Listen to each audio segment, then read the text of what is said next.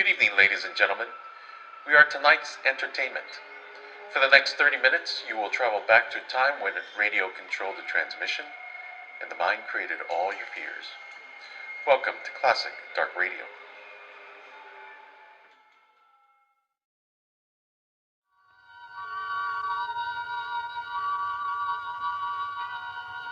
The Columbia Network takes pleasure in bringing you Suspense.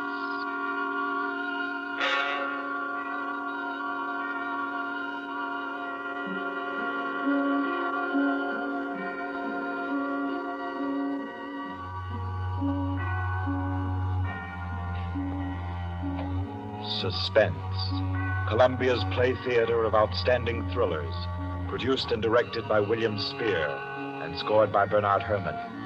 The notable melodramas from fiction and stage and screen, from the world's great literature of entertaining excitement, presented each week to bring you to the edge of your chair, to keep you in suspense.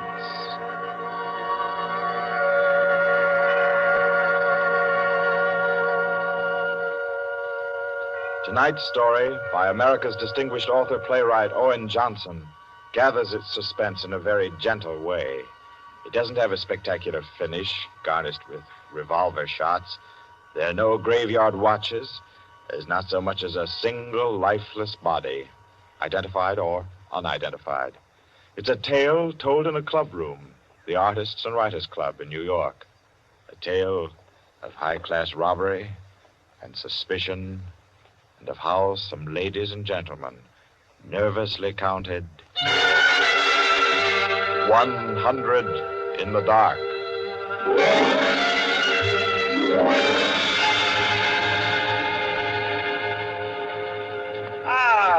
That was a fine meal. Me for the club anytime. Here, we can all sit here, Quinny. Yes, if you'll just draw up that chair for Mr. Peters. Oh, yeah.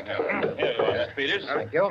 Do you all know Peters? This is Mr. Steingall. How do you do? I know you. Mr. Golier. Oh, I believe we've met. Oh, yes.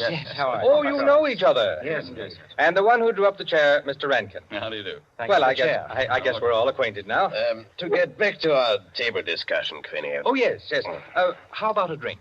Who'll join me? Oh, yeah, pleasure. Fine. John. Well, now, Steingall, as I said, there are only half a dozen stories in the world. What is more to the point? There's every reason Yes, sir. What?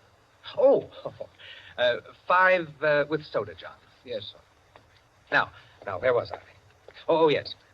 What is more to the point, gentlemen, is the small number of human relations that are so simple and yet so fundamental that they can be eternally played upon, redressed, and reinterpreted in every language, in every age, and yet remain inexhaustible in the possibility of variation. Well, that's true, of course. It's very possible. Take the eternal triangle.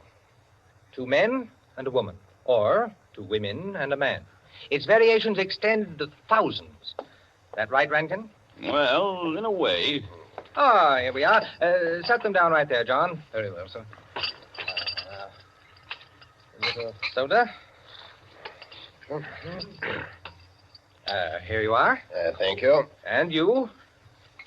Thank you. Soda, Peter? Yes, please.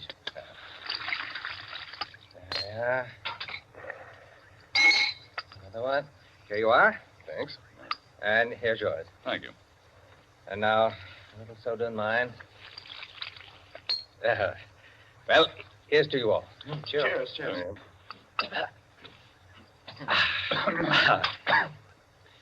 I'm afraid we can't see eye to eye, Quinny. I believe there are situations, original situations, that are independent of your human emotions, that exist just because they are situations, accidental and nothing else. As for instance? Well, I'll just cite an ordinary one that happens to come to my mind. In a group of 5 men, such as we are here, a theft takes place. One man is the thief. Now, which one? Now, I'd like to know what emotion that interprets. And yet it certainly is an original theme at the bottom of a whole literature. It's not the same thing at all. Detective stories. I could answer that the situation you give can be traced back to the commonest of human emotions, curiosity. I think Quinny has you there, Rankin. What is the peculiar fascination that the detective problem exercises over the human mind? You will say curiosity. Yes and no. Admit at once that the whole art of a detective story consists in the statement of the problem. Anyone can do it. I can do it. Steingall can do it. Rankin, I believe even you can do it. The solution doesn't count. It is usually banal. It should be prohibited. What interests us is, can we guess it? There you have it, the problem, the detective story. Now, why the fascination? I'll tell you. It appeals to our curiosity. Yes, but deeper, to a sort of intellectual vanity. 5 men present. The theft takes place. Who's the thief? Who will guess it first? Whose brains will show its superior cleverness? You see?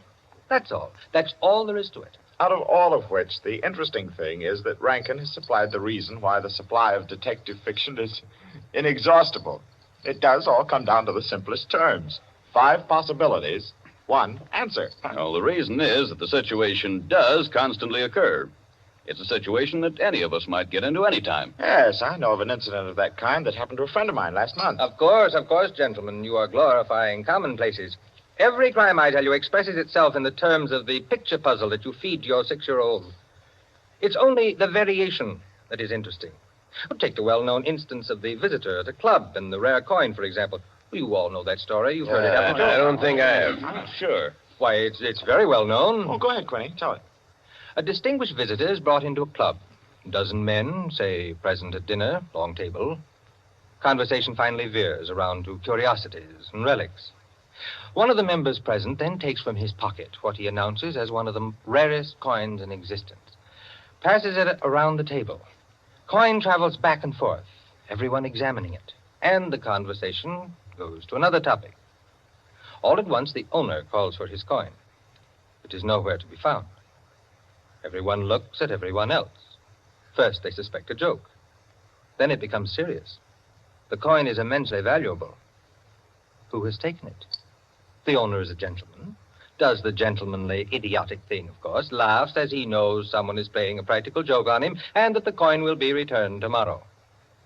The others refuse to leave the situation so. One man proposes that they all submit to a search. Everyone gives his assent until it comes to the stranger.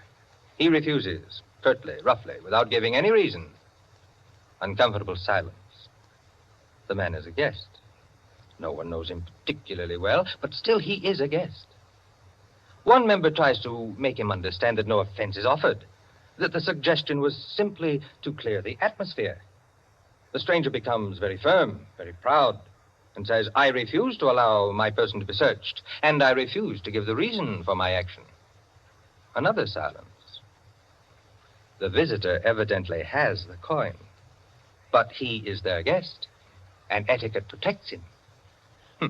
Nice situation, huh? Well, What's the answer? The table is cleared.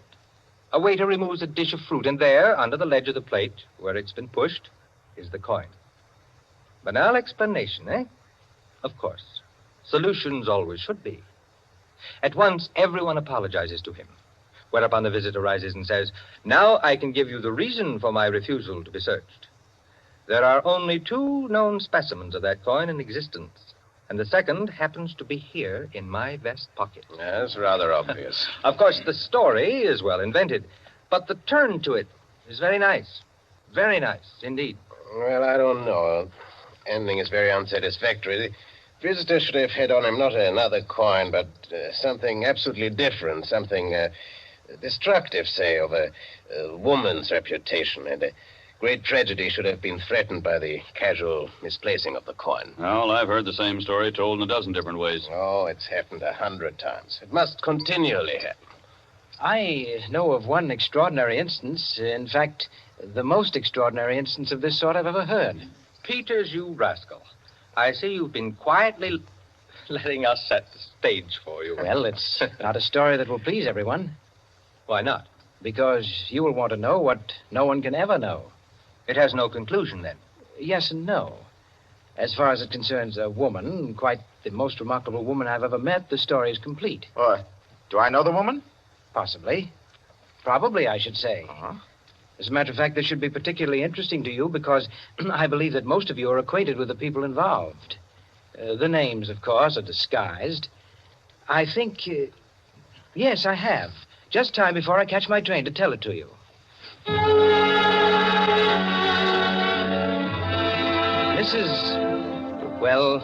Mrs. Rita Kildare inhabited a charming bachelor girl studio, very elegant, with a duplex pattern and one of the buildings just off Central Park West. She knew very nearly everyone in that indescribable society in New York that's drawn from all levels and that imposes but one condition for membership, to be amusing. In this mingled society, her invitations were eagerly sought. Her dinners were spontaneous, and the discussions, though gay and usually daring, were invariably under the control of wit and good taste. On the Sunday night of this adventure, she had, according to her custom, sent away her Filipino butler and invited to an informal chafing dish supper 7 of her more unusual friends. At 7 o'clock, having finished dressing, she put in order her bedroom, which formed a sort of free passage between the studio and a small dining room, to the kitchen beyond. Then, going into the studio, she struck a match and was about to light the candlesticks which illuminated the room when the bell rang. And a Mr. Flanders, a broker, compact, nervously alive, well-groomed, was waiting as she opened the door. Well, you're early. On the contrary, you are late. Well, in any case, hello, and come inside. Here, let me take your things. Thank you. Well, I'm the first, I suppose. Of course. And since you are, you can be a good boy and help me with the candles. Delighted. Who's to be here tonight? The Enos Jacksons? I thought they were separated. Not yet. How interesting. Only you, dear lady, would dream of serving us a couple on the verge. It is interesting, isn't it? Assuredly. Where did you know Jackson? Through the Warings.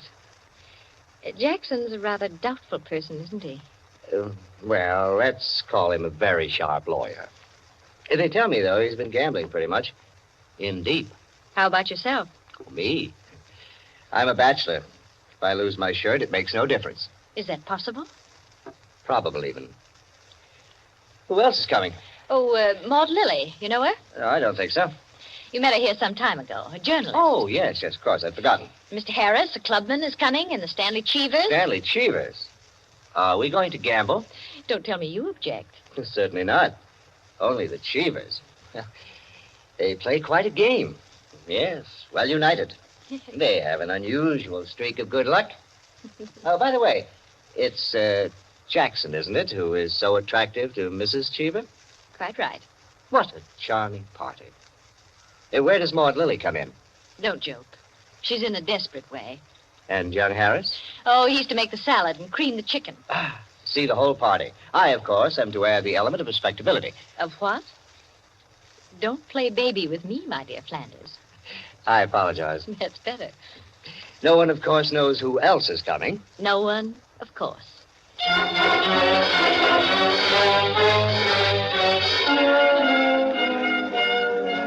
The Stanley Cheevers entered. A short, fat man with a vacant, fat face and slow-moving eye, and his wife, voluble, nervous, overdressed, and pretty. Mr. Harris came in with Maud Lily. A woman, straight, dark, Indian, great masses of somber hair, held in a little too loosely for neatness, with thick, quick lips and eyes that rolled away from the person who was talking to her. The Enos Jacksons were late, and still agitated as they entered. His forehead had not quite banished the scowl, nor her eyes the scorn. He was of the type that never lost his temper, but caused others to lose theirs. Mrs. Jackson seemed fastened to her husband by an invisible leash. You looked at her curiously and wondered what such a nature would do in a crisis, with a lurking sense of a woman who carried with her her own impending tragedy.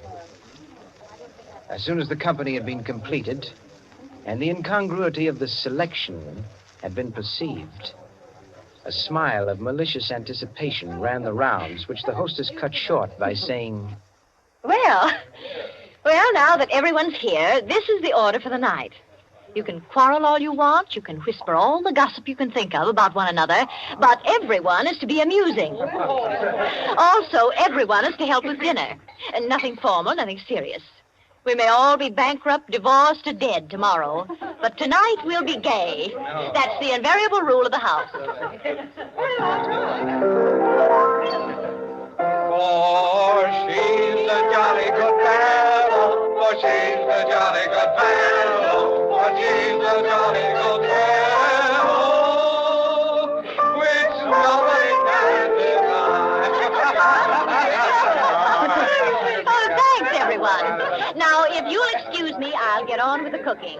Harris, I'll need you. Right with you. May I be of any help? Thank you, Ma, dear. Oh, Mrs. Cheever, you might come along, too. All right.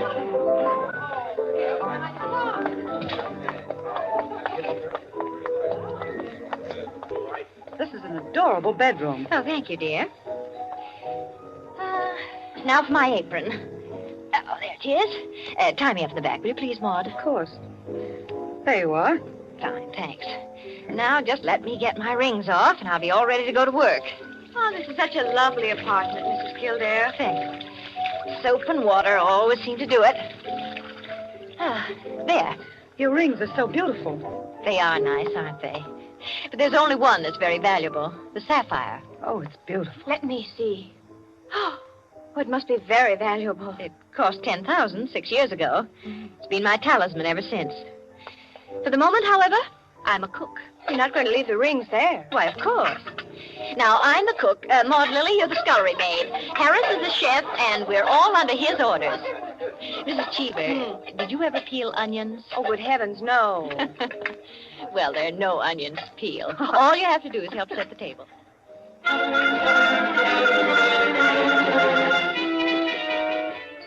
Under their hostess's gay guidance, the 7 guests began to circulate busily through the rooms, laying the table, grouping the chairs, opening bottles, and preparing the material for the chafing dishes. Mrs. Kildare, in the kitchen, ransacked the icebox, and with her own hands shredded the chicken and measured the cream. Flanders, carry this in carefully. Cheever, stop watching your wife and put the salad bowl on the table. Everything ready, Harris? All set. All right. Everyone sit down. I'll be right in. She went into her bedroom, took off her apron, and hung it in the closet. Then, going to her dressing table, she drew the hat pin around which were her rings from the pincushion and carelessly slipped them on her fingers. But all at once, she frowned and looked quickly at her hand. Only 2 rings were there. The 3rd ring, the sapphire, was missing. Stupid. She said to herself, and returned to her dressing table. Immediately, she stopped. She remembered quite clearly putting the hat pin through the 3 rings. She made no attempt to search further, but remained without moving, her fingers slowly drumming on the table. Who had taken the ring? Each of her guests had had a dozen opportunities in the course of the time she'd been busy in the kitchen. She ran over their characters and their situations as she knew them. Strangely enough, at each, her mind stopped upon some reason that might explain a sudden temptation. To find out nothing this way.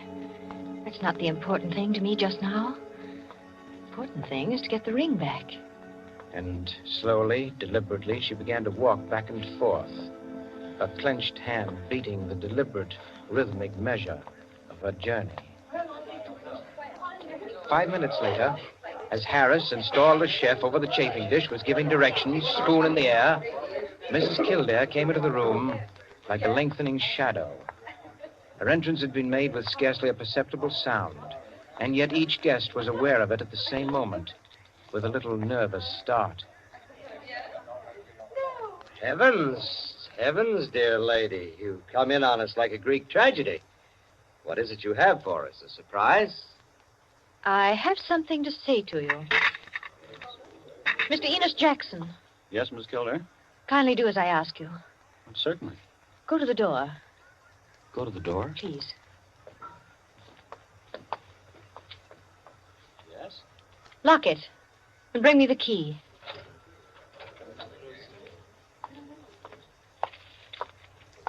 Here you are. You've locked it? As you wish me to. Thank you. Now, the bedroom door. Would you do the same? Sure.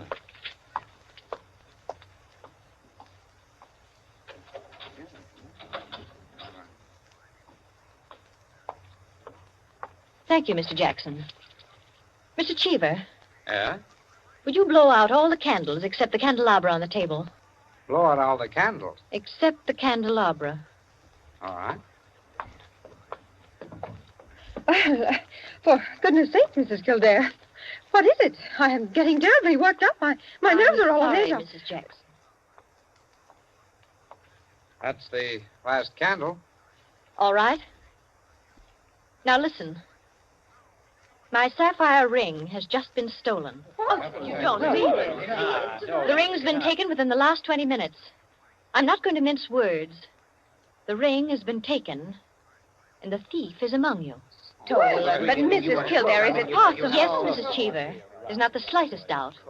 3 of you were in the bedroom when I placed my rings on the pincushion. Quite true. I was in the room when she took them off. The sapphire ring was on top.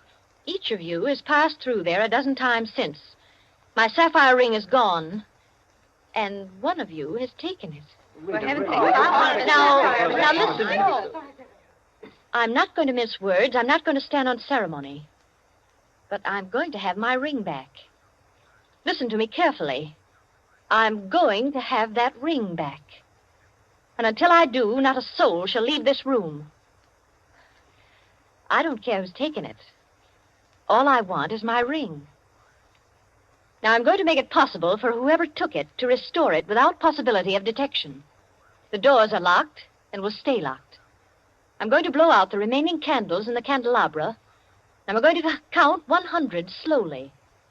There'll be an absolute darkness. No one will know or see what's done. But if, at the end of that time, the ring is not here on the table, I shall telephone the police and have everyone in this room searched. Am I quite clear? Everyone take his place about the table and remain standing, please. That's it. That'll do. Now, I'll blow out the candles and count 100. No more, no less. Remember, either I get that ring, or everyone in this room will be searched.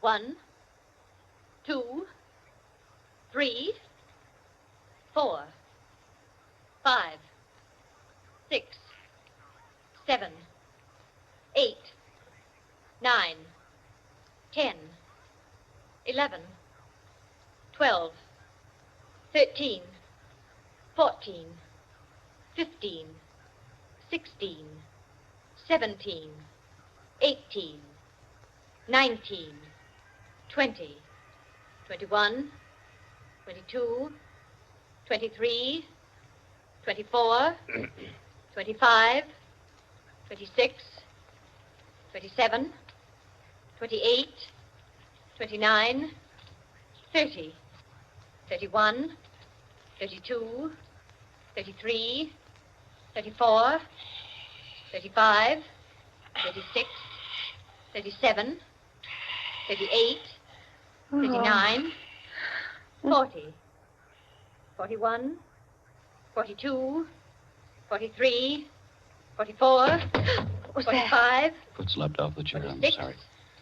47, 48, 49, 50, 51, 52, 53, 54, 55, 56, 57, 58, 59, 60, 61, 62, 63, 64, 65, 66, 67, 68, 69, 70, 71, 72, 73, The ring. 74, There it is. On the table. 75, 76, 77, 78, 79, 80, 81, 82, 83, 84, 85, 86, 87, 88, Oh, really? 89,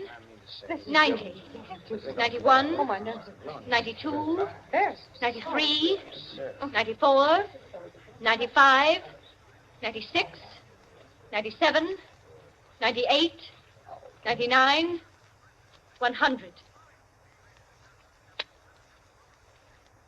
Well, it is there, isn't it? Mr. Cheever, you may hand it to me. Well, now that that's over, we can have a very gay little supper. The lights, someone.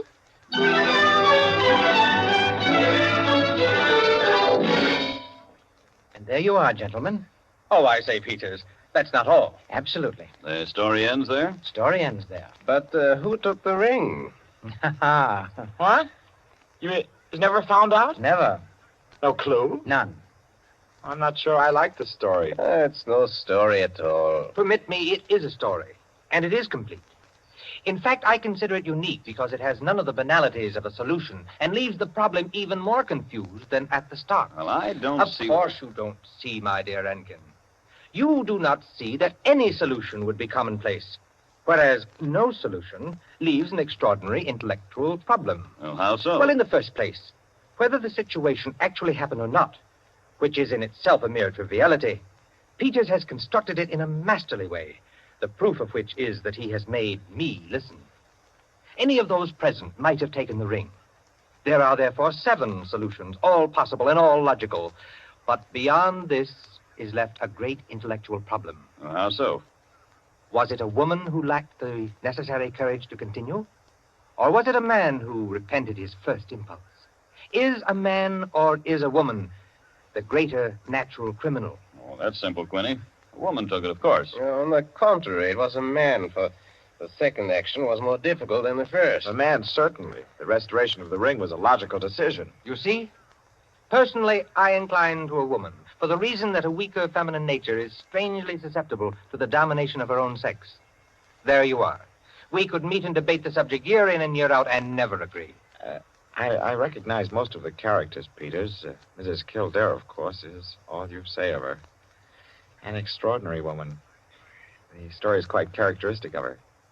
Flanders, I'm not sure of, but I think I know him. I'm positive I do. Did it really happen? Exactly as I told it. The only one I don't recognize is Harris. Your humble servant. What? You, Peters? You were there?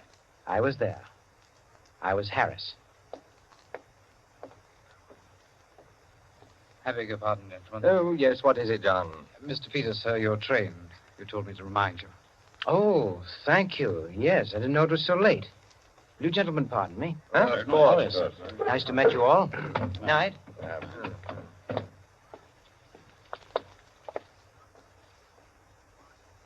Curious chap. Extraordinary. Well, now, I wonder.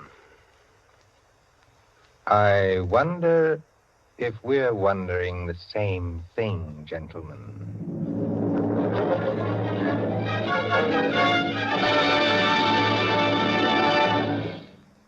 And so, with the enigmatic smile of Mr. Peters, or Harris, ends 100 in the Dark, Owen Johnson's smooth story which gave us tonight's Suspense. Suspense is produced by William Spear. Tonight's radio drama was written by Jack Anson Fink, directed by John Dietz, and scored by Bernard Herrmann. Eric Dressler was Mr. Peters. Alice Frost played Mrs. Kildare, and Ted Osborne, Quinny. Others in the cast were Helen Lewis, Joan Shea, Henriette Kay, Frank Reddick, Paul Luther, Stephen Schnabel, Ian Martin, and Barry Kroger. With this evening's performance, Columbia brings to a conclusion the present series of Suspense. If you've liked these broadcasts, CBS would be pleased to hear from you. Suspense has been a series presented for your relaxation and enjoyment by the Columbia Broadcasting System.